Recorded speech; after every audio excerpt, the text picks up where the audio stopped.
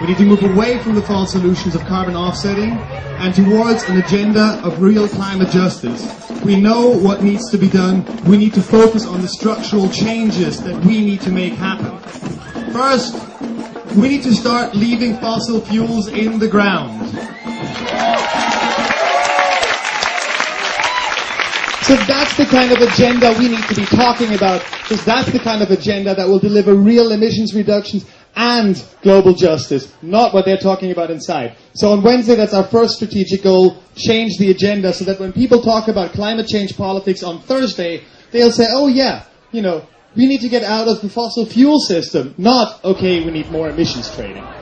Thousands and thousands and thousands of activists using the tools of confrontational but non-violent civil disobedience will enter the conference area. Right? That means all of us need to be prepared. We need to be organized in affinity groups. We need to have an idea what's going on, because we are not just going to try to get into the conference area. We will get into the conference area.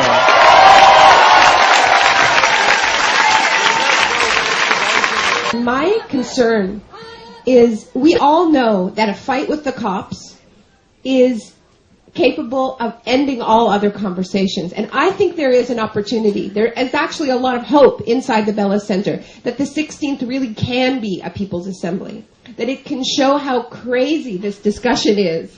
You know, inside the Bella Center, they have seminars going on all day about adapting to climate change, okay? So you go to these seminars, and it's about how the clever people in Bangladesh are adapting to climate change by building boats, okay? But we're not talking about the real adaptation to climate change, which is us changing our behavior, okay? And this is what we have a chance to show the world with the world media, what an actual climate summit should look like. There are a lot of people who want to join with us, but it's a precarious situation. It's really a precarious situation. It's nothing like Seattle. There are government delegations that are thinking about joining you. If this turns into a riot, it's going to be a riot. We know this story. I'm not saying it's not an interesting story, but it is what it is. It's only one story. It will turn into that. So I understand the question about how do we take care of each other, but I disagree that that means fighting the cops. I think if we're serious...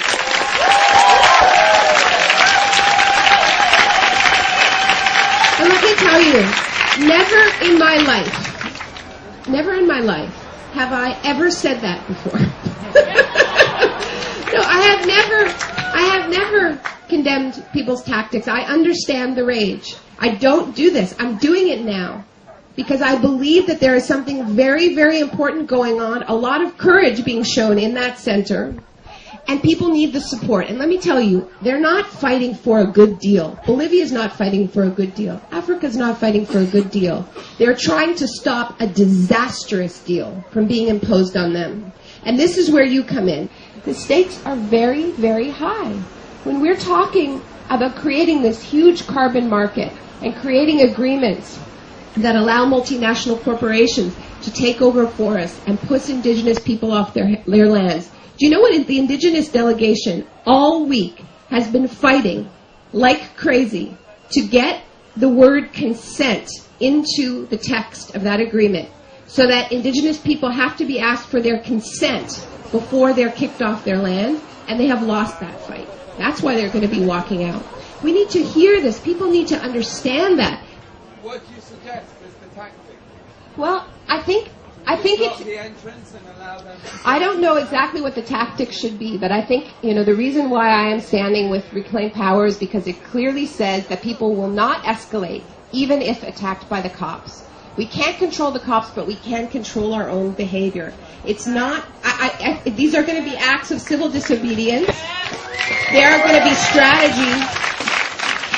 You've got some incredible organizers in your midst, and there are going to be strategies for dealing with police violence. But I think people should be very clear that anybody who escalates is not with us. Is not with us. Because people are going to be taking tremendous risks when they come out.